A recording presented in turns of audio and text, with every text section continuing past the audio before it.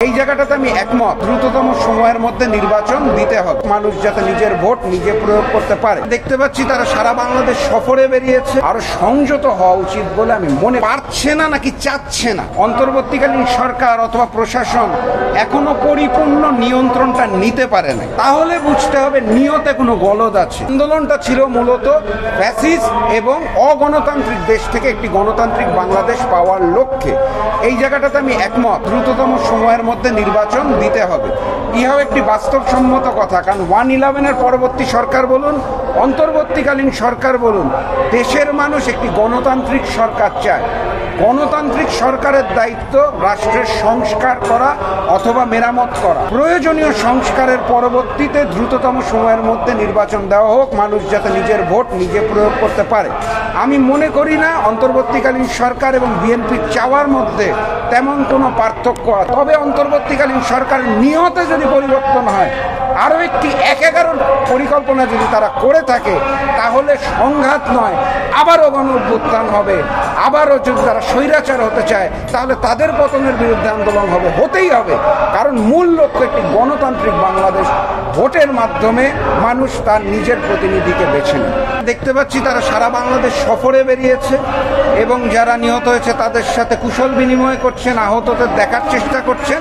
একই সাথে সাথে তারা জনসভা করছে। জনসভার কিছু বক্তব্য আমার কানে এসেছে, যেই বক্তব্যগুলো আসলে আমি বিশ্বাস করতে চাচ্ছি না। কারণ প্রথমত, 1 মাসও হয়নি যেই গণ অভ্যুত্থান হলো, যেই গণ অভ্যুত্থানের হিরোরা, সুপার হিরোরা যখন ঢাকার বাইরে সফরে যাবে, তাদের কেন নিরাপত্তার প্রয়োজন হবে?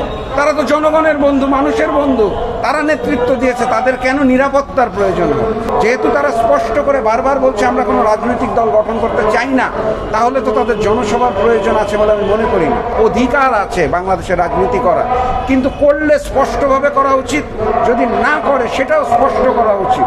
রাজনীতি করতে চাই কিন্তু সুশীল হয়ে, তাহলে সেটা ওই আরেক আওয়ামী চরিত্র হয়ে যাবে, যেটা আমরা চাই না। রেখে ডেকে কথা বলা বা সিনিয়র নেতৃবৃন্দ, জাতীয়তাবাদের নেতৃবৃন্দকে অপমান করে, কটাক্ষ করে কথা বলাটা সমন্বয়কদের কাছ থেকে দেশের সাধারণ মানুষ আশা করেনি, তারা আশাহত হয়েছে।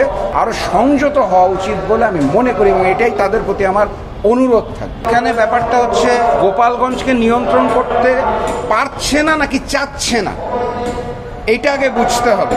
আমার কেন জানি মনে হচ্ছে অন্তর্বর্তীকালীন সরকার অথবা প্রশাসন এখনো পরিপূর্ণ নিয়ন্ত্রণটা নিতে পারে না। সন্ধ্যার পর দেখি ঢাকা শহরে নিরাপত্তাহীনতার একটা অবস্থা। তো সারা বাংলাদেশের কন্ট্রোল নেওয়ার যে ব্যাপারটা, নিরাপত্তা দেওয়ার যে ব্যাপারটা, আমি মনে করি এখনো প্রশাসন গুছিয়ে উঠতে পারে নাই। গুছিয়ে উঠতে পারলে নিশ্চয়ই গোপালগঞ্জ সহ সারা বাংলাদেশের অন্যায়, অবিচার, হামলার গ্রেফতারও হবে, বিচারও হবে। আর যদি সেটা না হয়, তাহলে বুঝতে হবে নিয়তে কোনো গলদ আছে।